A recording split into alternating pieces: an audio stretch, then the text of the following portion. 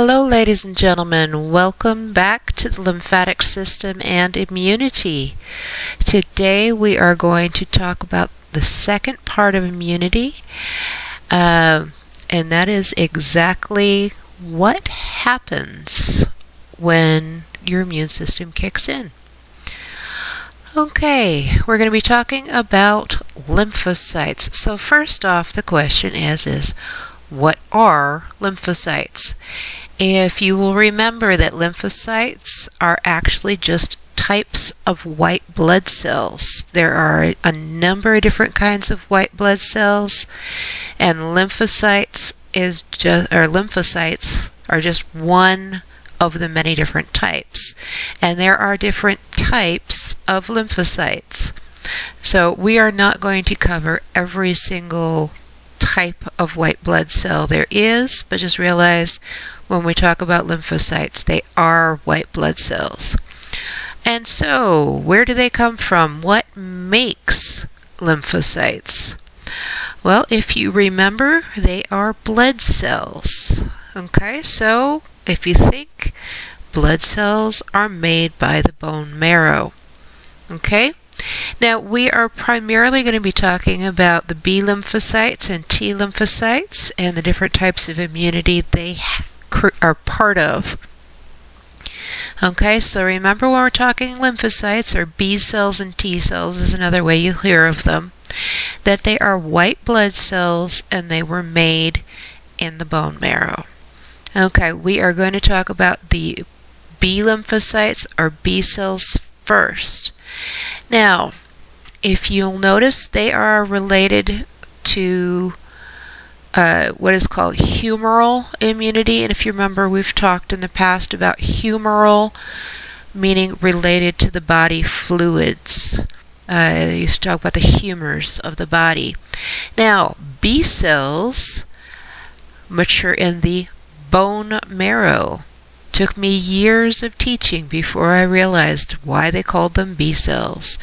The B cells mature in the bone marrow. So even though they are made there, they stay there and they grow up there. Okay? Now, humoral immunity is going to create cells that are called plasma cells. Okay, and we will talk about what plasma cells are in the near future. Okay, now there are two different types of humoral immunity. The first type we're going to talk about is T-dependent humoral immunity. That T is talking about T cells or T lymphocytes. Okay. Try to stay with me. If you need to, you can pause and rewind. You know how this works. Okay? T-dependent humoral immunity. You start out with an infection, bacteria. A macrophage, which remember is just a white blood cell that eats bacteria. It eats the bacteria. Okay?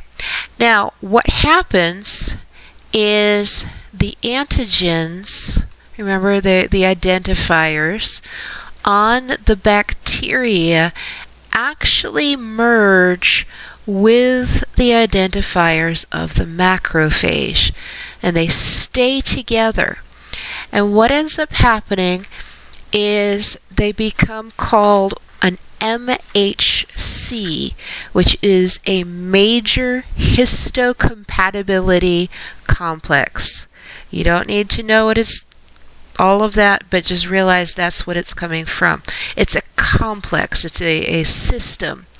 And what actually happens is the antigens from the bacteria now present themselves on the surface of this complex.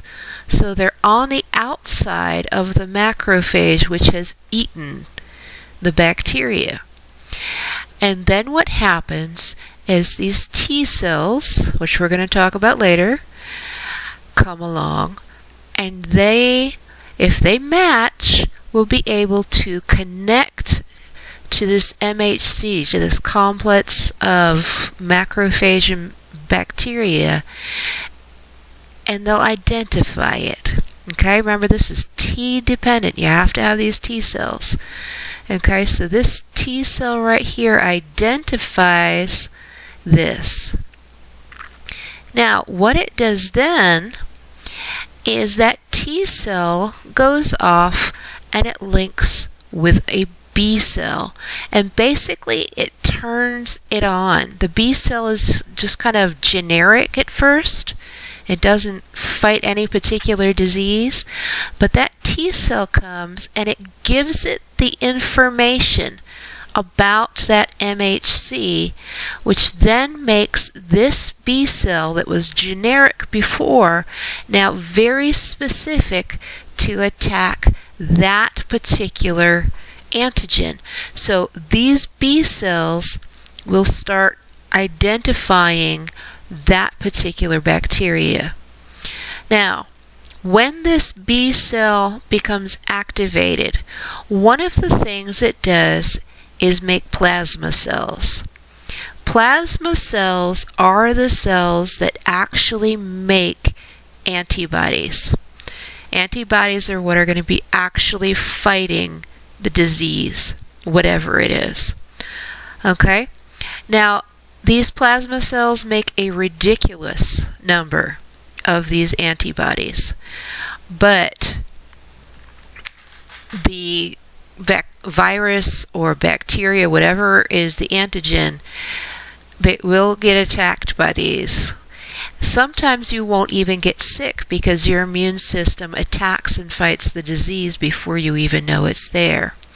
Now, some of these B cells become what are called memory B cells. Memory B cells stay in your body for literally decades, most of your life. And what will happen is if that particular type of bacteria or virus or whatever it was that made you sick that time and activated this B cell, these memory cells will be ready to fight it ahead of time. So if that antigen shows up, it doesn't need to go through the macrophage and the T cells and activating the B cells. These B cells will automatically turn on in the presence of that antigen and start making more plasma cells and memory B cells so that the antibodies are secreted. Okay, so that is T dependent functioning for the B cell. It has to have that activated helper T cell to help it. Now, T independent humoral immunity is nice and simple. Okay, basically what happens is you have an antigen, okay, and it turns on the B cell. Okay, it responds a little differently, but basically the same thing is going to happen.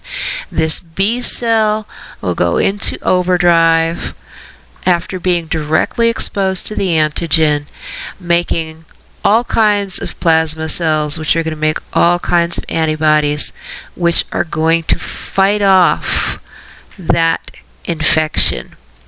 Okay? There is no T cell involved. It is simply from B cell to plasma cell to antibodies. Okay. Now, those T lymphocytes, you've already been hearing about them, the T cells. Okay, they are what are involved in what is known as either cellular immunity or cell-mediated immunity. It means the same thing. Now, the T cells mature in the thymus gland.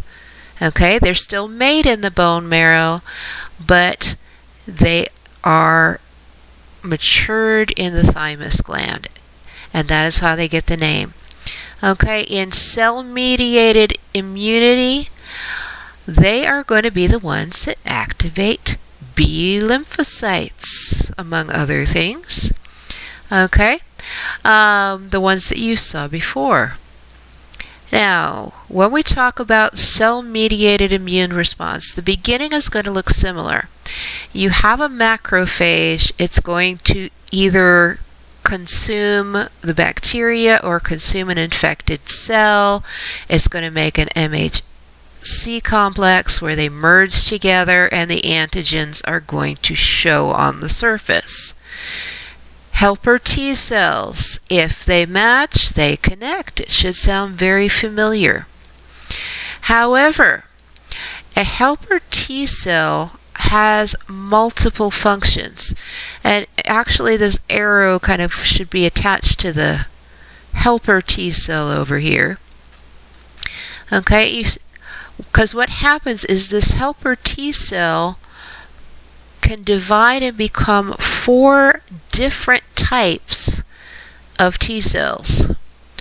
Okay, first off, you obviously have the helper T, which we talked about. It can become killer T cells. It can become a memory T cell, or what is known as a suppressor T cell. Now, the helper T cells, these right here, are what cause the plasma cells to make antibodies. We talked about that already, related to humoral response. But also, they release chemicals to attract more macrophages. So, once they become activated, they will send out the signal, and more of these macrophages will come to the area in order to attack the infection. Now, killer T cells, gotta love the name. Guess what they do? They attack the infected cell, and they actually will punch a hole through the cell itself so that the cell ends up dying before it can create any new viruses or spread the antigens from the bacteria. And that process is called lysis. Remember, that root word means to cut or to break, and that's what it does to the cell that was infected. And it was your cell that was killed. Okay? Now, the memory cells function very much like the memory B cells.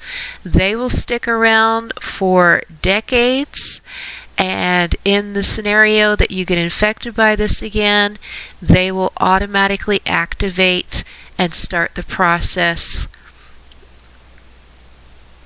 of cell-mediated immune response again. Okay?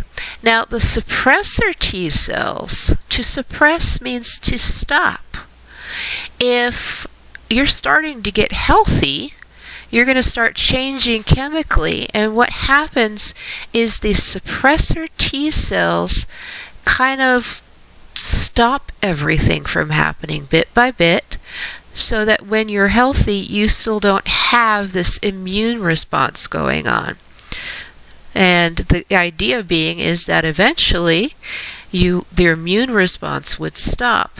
If the immune response doesn't stop, you have an autoimmune disorder where something is going on that's going to cause you damage. So the suppressor T cells are very important in that they stop this immune response once the disease has been killed.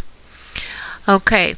Next time we are going to talk about what those antibodies are actually doing. We talk about the plasma cells making them, however, what do they do? We'll talk again next time.